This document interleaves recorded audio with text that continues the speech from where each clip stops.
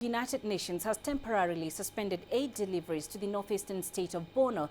A humanitarian convoy has been attacked in the former Boko Haram stronghold.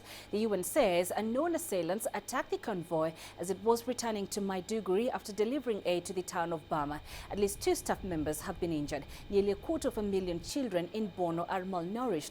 UN Children's Agency UNICEF says at least 1 in every 5 children will die if they don't receive treatment. However, all humanitarian assistance is suspended pending review of the security situation. Let's get you more on that story now. I'm joined live from Abuja by CCTV Sophia Adengo. Sophia, what more can you tell us about the UN suspending its operations in Borno?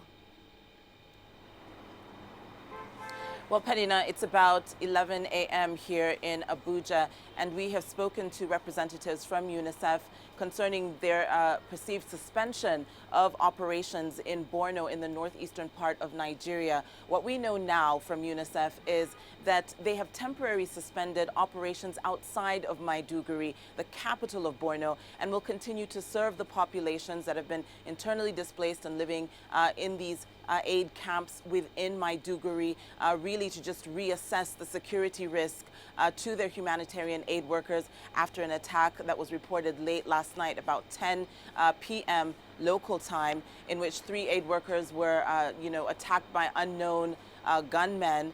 Those aid workers are now recovering in a hospital in Maiduguri.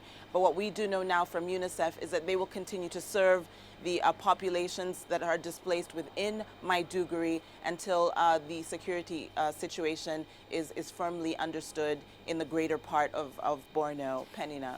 Sophia, how worried are people in Nigeria about the humanitarian crisis in Borno State?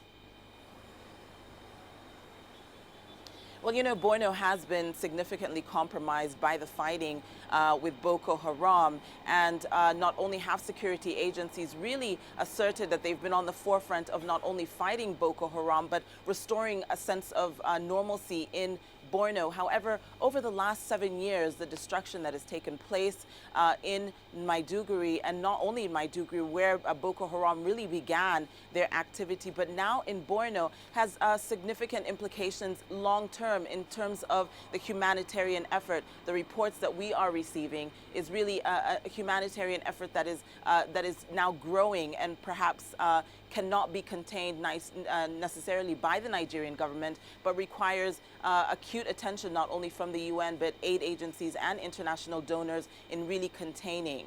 Penina. And Sophie, can you explain to us why the roads are so dangerous? Where is the army in all of this?